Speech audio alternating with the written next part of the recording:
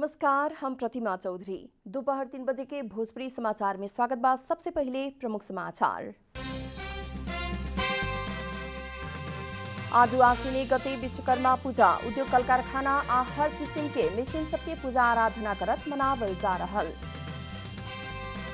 एक हफ्ता भीतरे मंत्रिपरिषद विस्तार होके के नेकपा एकीकृत समाजवादी अध्यक्ष नेपाल के कहना। एमसीसी बारे में निर्णय लेते समय जनमानस के विचार के ध्यान रखल जाए। प्रदेश के मुख्यमंत्री आचार्य विरुद्ध अविश्वास के प्रस्ताव ले जाए के विपक्षी दल सबके तैयारी। आसीन 8 गते तक विश्वास के मत लेवे खातिर अल्टीमेटम।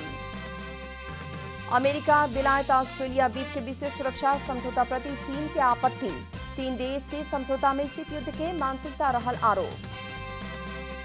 और एक दिवसीय अंतर्राष्ट्रीय सीरीज में नेपाल आज अमेरिका संगे भिड़ रहल। नेपाल आ अमेरिका बीच के खेल दोपहर 4:15 बजे शुरू होगी।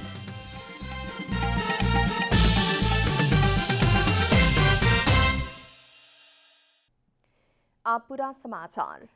हर साल कन्या संक्रांति के दिन में अर्थात आश्विन 1 गते विश्वकर्मा पूजा मनावल जाला। नेपाल लगायत भारत में विश्वकर्मा पूजा हर्षोल्लास पूर्वक तरीका से मनावल जाला। आजुए के दिन भगवान विश्वकर्मा के जन्म भइल रहे, वही से आजू के दिन के विश्वकर्मा जयंती भी कहल जाला। विश्वकर्मा पूजा के दिन उद्योग कल कारखाना आ हर किस्म के मशीन सबके पूजा आराधना कल जाला। विश्वकर्मा पूजा कलाकार, शिल्पकार और औद्योगिक घराना, व्यापारी आ मजदूर सब भी करेलन। आज के दिन ज्यादातर कल कारखाना सब बंद रहेला और लोग खुशहाली पूर्वक भगवान विश्वकर्मा के पूजा आराधना करेलन। भगवान महादेव से ब्रह्मा आ विष्णु के सृष्टि के सृजना आ पालन के अलग अलग जिम्मेवारी दिहल गयल रहे। सृष्टि के सृजना करे के आपन जिम्मेवारी निभावे खातिर ब्रह्मा से आपन वंशज देव शिल्पी विश्वकर्मा के आदेश दिहल हिंदू धर्म ग्रंथ सब में उल्लेख बाटे। नेपाल कम्युनिस्ट पार्टी एकीकृत समाजवादी के अध्यक्ष माधव कुमार नेपाल अब के 1 हफ्ता भीतरे मंत्रिपरिषद विस्तार होखे के बतौले बानी।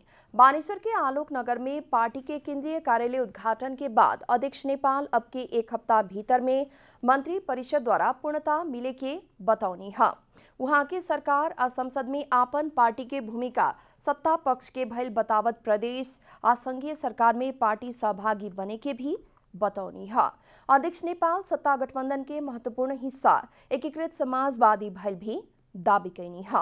हामी सत्ताको गठबन्धन दलको एउटा महत्त्वपूर्ण हिस्सा हो। यस अर्थमा हाम्रो भूमिका सरकार सञ्चालनमा रहनेछ, सहयोगी रहनेछ, सहकार्य गर्नेछौँ, सँगसँगै अगाडि बढ्नेछौँ। सरकारमा हामी सामेल हुनेछौँ, हामी केन्द्रीय सङ्घीय सरकारमा सामेल हुनेछौँ र त्यसै गरी 1 नम्बर र 3 नम्बर सरकारको पनि हामी महत्त्वपूर्ण भूमिका निर्वाह गर्नेछौँ र साथै एउटा प्रदेशको पनि सरकारमा हाम्रो सहभागिता रहनेछ। अध्यक्ष नेपाल एमसीसी के पेठावल जवाब आ चुकल और ओकर बारे में छलफल हो रहल भी बतौनी है। वहाँ के एमसीसी के पूछल 7 सवाल के जवाब के बारे में छलफल हो रहल और जनमानस के मानसिकता के ध्यान में रख के ही एमसीसी के निर्णय लेवे के भी बतौले बानी। हामीले पठाएका हौं, ती पठाइसकेपछि त्यो प्रश्नको जवाबहरू आएका छन्। ती प्रश्नको जवाबहरूमध्ये हाम्रा जवाब प्रश्न के थिए भने यो आईपीएस को अंग हुन्छ कि हुँदैन, यो चाहिँ जुन हो एमसीसी प्रोजेक्ट कुनै पनि सेक्युरिटी अम्ब्रेलामा बस्नुपर्ने त्यसको कुनै शर्त छ कि छैन। त्यो सेक्युरिटी अम्ब्रेलामा बस्ने शर्त हामीलाई मन्जुर छैन। त्यसैगरी हामी कुनै पनि सुरक्षा रणनीतिको, कुनै पनि देशको सुरक्षा रणनीतिको अंग बन्न सक्दैनौँ। अध्यक्ष नेपाल गठबंधन तोड़े खातिर अभी अनेक किस्म के दांव पेच चल रहल बतावत भ्रमात्मक बात के पीछे ना लागेला आग्रह कैनी। वहाँ के तत्काल कोनो भी पार्टी के साथ पार्टी एकता ना होखे के और 5 दलीय गठबंधन के ही मजबूत बना के चुनावी मैदान में उतरे के भी बतौले बानी। निजी, सार्वजनिक और सहकारी क्षेत्र के तालमेल मिला के राष्ट्रीय पूंजी के विकास करे के पार्टी के योजना रहल बतावत अध्यक्ष नेपाल अन्याय आ अत्याचार के विरुद्ध में पार्टी दृढ़ता पूर्वक लागे के भी बतौले बानी। नेत्र विक्रम चंद विप्लव नेतृत्व के नेपाल कम्युनिस्ट पार्टी के 11वां केंद्रीय कमेटी बैठक आज से तनहु के बंदीपुर में शुरू भइल बा। राष्ट्रिय खुला राजनीति में इलाहाबाद नेपाल कम्युनिस्ट पार्टी के केंद्रीय समिति पहिलका बैठक बैठल ह। बंदीपुर के एक होटल में शुरू भइल बैठक आसिन 5 गते तक चली। केपी शर्मा ओली नेतृत्व के सरकार के बीच बीतल फागुन 21 गते 3 बुँदे सहमति संगे प्रतिबंध फुकुआ भइल रहे। खुला राजनीति में इलाहाबाद पहिलका बार बैठल बैठक के महत्व के साथ देखल गइल बा। बैठक में पार्टी के अगिला कार्य दिशा, राजनीतिक एजेंडा, रणनीति लगायत के विषय में छलफल होखे के पार्टी द्वारा जनावल गइल बा। बैठक में केंद्रीय समिति के 76 जने सदस्य सब सहभागी बानी। बैठक में सहभागी होखेला पार्टी के महासचिव विप्लव बीएफए के ही बंदीपुर पुगल रहनी। बैठक कक्ष में पत्रकार के प्रवेश न देवे के अब बैठक अवधि भर कोनो भी किस्म के केंद्रीय सदस्य द्वारा पत्रकार के साथ बात करे न मिले की व्यवस्था कल गई। अब बैठक कोरैला बाद बंदीपुर में पार्टी के तरफ से पत्रकार सम्मेलन करे के भी जनावल गइल बा। प्रदेश नंबर 1 के मुख्यमंत्री भीम आचार्य विपक्षी गठबंधन द्वारा विश्वास के मत लेवे खातिर आसिन 8 गते तक के अल्टीमेटम देहल गइल बा। मुख्यमंत्री आचार्य द्वारा ओ अवधि भीतरे विश्वास के मत न लेहल खंड में प्रदेश सभा में अविश्वास के प्रस्ताव ले जाए की विपक्षी दल सबके तैयारी बाटे। प्रदेश के प्रदेश सभा बैठक आसिन 22 गते खातिर आह्वान कइल गेल बा। विपक्षी गठबंधन मुख्यमंत्री आचार्य नेतृत्व के सरकार के ओ बिरिया तक लंबा करे के पक्ष में देखल गेल बा। अल्पमत में पड़ चुकल मुख्यमंत्री आचार्य हाल साले मंत्रिपरिषद विस्तार के बाद विपक्षी गठबंधन थप सशंकित बनल बा। प्रदेश नंबर 1 प्रदेश सभा में विपक्षी गठबंधन में नेपाली कांग्रेस, नेकपा एकीकृत समाजवादी, नेकपा माओवादी केन्द्र, जसपा नेपाल करके 4 दल बड़न सन। 4 दल के बैठक से आसिन 8 गते भीतरे मुख्यमंत्री आचार्य के विश्वास के मत लेवे के प्रक्रिया शुरू न कैला पर अविश्वास प्रस्ताव लिया के हटावे के सहमति कैल गेल बा। भोजपुरी समाचार में आप छोड़ विश्राम।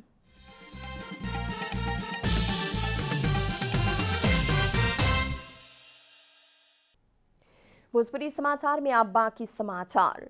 बर्दिया राष्ट्रीय निकुंज भीतर पर्यटकीय गतिविधि करेला प्रवेश अनुमति देहल गइल बा। लंबा समय से पर्यटकीय गतिविधि बंद रहल निकुंज में आसिन 1 गते यानी कि आज से प्रवेश अनुमति देहल गइल है। राष्ट्रीय निकुंज तथा वन्यजंतु संरक्षण ऐन 2029 नियमावली 2030 और बर्दिया राष्ट्रीय निकुंज नियमावली 2053 के पूर्ण पालना करत निकुंज द्वारा सूचना जारी करत निकुंज खुला कैल गई जानकारी दिहल गइल बा।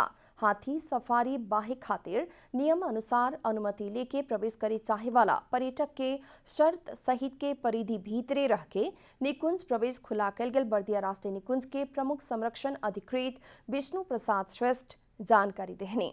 जंगल सफारी, वाक, राफ्टिंग, डेंगी बिहार, कैंपिंग और फिशिंग लगायत के गतिविधि खातिर निकुंज से तय कैल गेल स्थान में ही अनुमति दिहल गेल बा।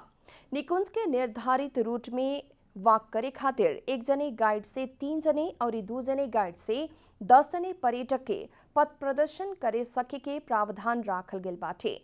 पर्यटक द्वारा नेपाल सरकार से तय कैल गेल स्वास्थ्य सुरक्षा संबंधी मापदंड पूर्ण पालना करत अनिवार्य रूप में मास्क पहिरे के, सैनिटाइजर के प्रयोग करे पड़े लगायत के शर्त सब निकुंज के बाटे। पर्यटक सब अनिवार्य रूप में शर्त सब के परिधि भीतरे रह के निकुंज अवलोकन कर सके के व्यवस्था मिलावल गेल बा।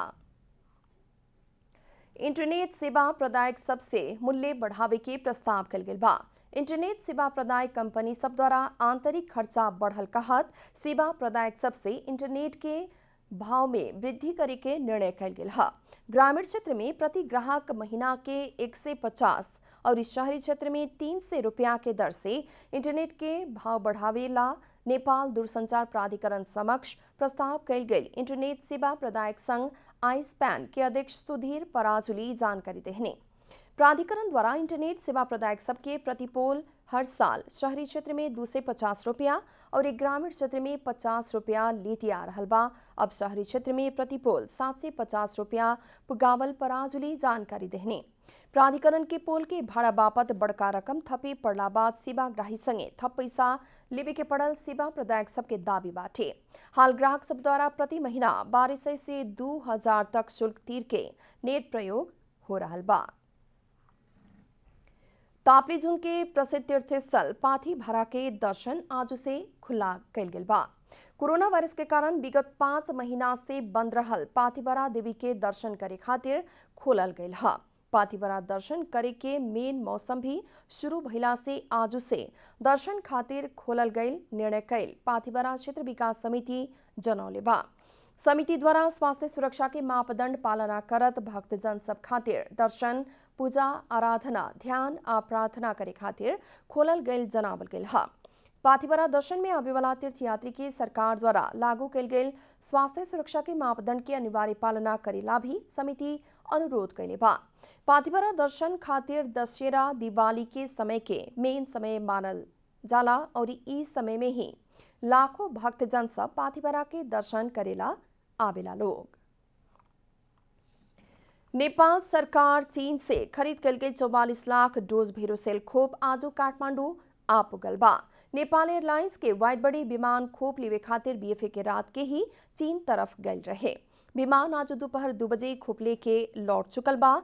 स्वास्थ्य तथा जनसंख्या मंत्रालय के सचिव डॉक्टर रोशन पोखरेल के मुताबिक सरकार द्वारा 60 लाख डोज खोप खरीद कल गेल में ई अवधि में ई से पहले 60 लाख खोप नेपाल लिया चुकल और ये बाकी खोप आजू आयल भी बतौनी है। अभी तक नेपाल में कोविशील्ड 24,48,000 मात्रा, भेरोसेल 74 लाख मात्रा, जॉनसन एंड जॉनसन 16 लाख मात्रा और एस्ट्राजेनेका 17,77,320 मात्रा खोप नेपाल प्राप्त कैले बाटे। अब आर्थिक समाचार।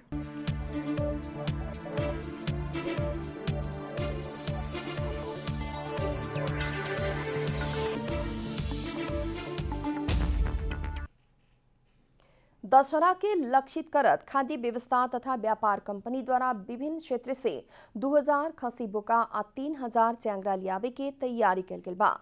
कंपनी के दांग आ मकवानपुर से ई साल 1,000 खसी बोका लियावल जाए के बतावल गेल बा। उहाँ के मुताबिक मुस्तांग से 3000 च्यांगरा लियावे के आ बिक्री वितरण प्रमुख भीम बहादुर थापा जानकारी देहनी। कंपनी बाजार के दाम में संतुलन लियावे के उद्देश्य के साथ हर साल खसी बोका तथा च्यांगरा लियावेला। कंपनी द्वारा पिछला साल 1509 गो खसी बोका खरीद कल गेल रहे। कोविड के चलते मुस्तांग से पिछला साल च्यांगरा लियावे ना सकल कंपनी जनौले बा। आर्थिक बरस 2076-77 में दांग से 600 आ बीरगंज से 500 खसी बोका लियावल गेल रहे। ओ साल 1920 को च्यांगरा लियावल गेल रहे। कंपनी द्वारा तय कल गेल दाम में प्रति केजी 10 रुपया छूट देहल गेल बा। बीतल साल के ही करीब में खरीद करके कुछ बेसी दाम में कंपनी उपभोक्ता के बिक्री करेला।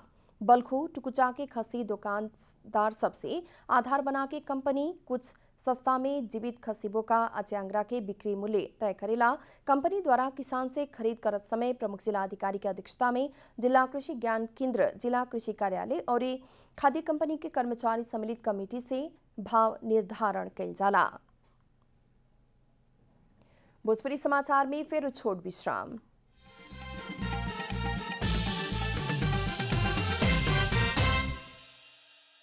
आप खेलकूद समाचार।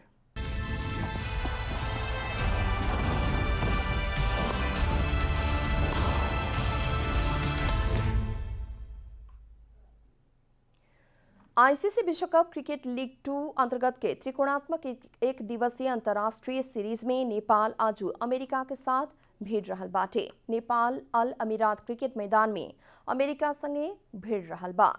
नेपाल आ अमेरिका बीच के खेल दोपहर 4:15 बजे से शुरू होगी। अमेरिका विरुद्ध मैदान में उतरत समय नेपाल जीत के तलाश में रही। सोमवार के पहले खेल में नेपाल अमेरिका के 5 विकेट से हरौले रहे। लीग 2 के शीर्ष 3 राष्ट्र से 2023 के जुलाई में जिम्बाब्वे में होने वाला विश्व कप छनौट में स्थान बनावल जाए। अंत में प्रमुख समाचार फिर एक बेर। आज आसीन 1 गते विश्वकर्मा पूजा उद्योग कल कारखाना आ हर किस्म के मशीन सबके पूजा आराधना करत मनावल जा रहल। एक हफ्ता भीतरे मंत्रिपरिषद विस्तार होने के नेकपा एकीकृत समाजवादी अध्यक्ष नेपाल के कहना। एमसीसी बारे में निर्णय लेते समय जनमानस के विचार के ध्यान रखल जाए।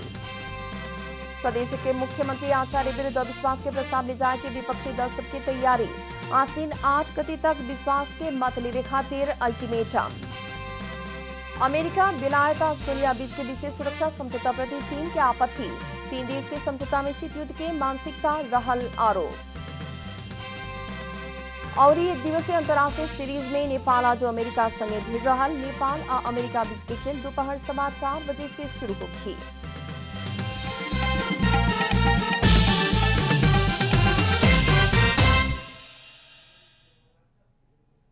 एक साथ भोजपुरी समाचार अभी खातिर इतना ही। जनता द्वारा जनता खातिर प्रसारित जनता टेलीविजन के कार्यक्रम सब अपने यूट्यूब, ट्विटर, फेसबुक का हमने के वेबसाइट जनतासमाचार.com में भी पढ़ आ देख सकतानी लोग।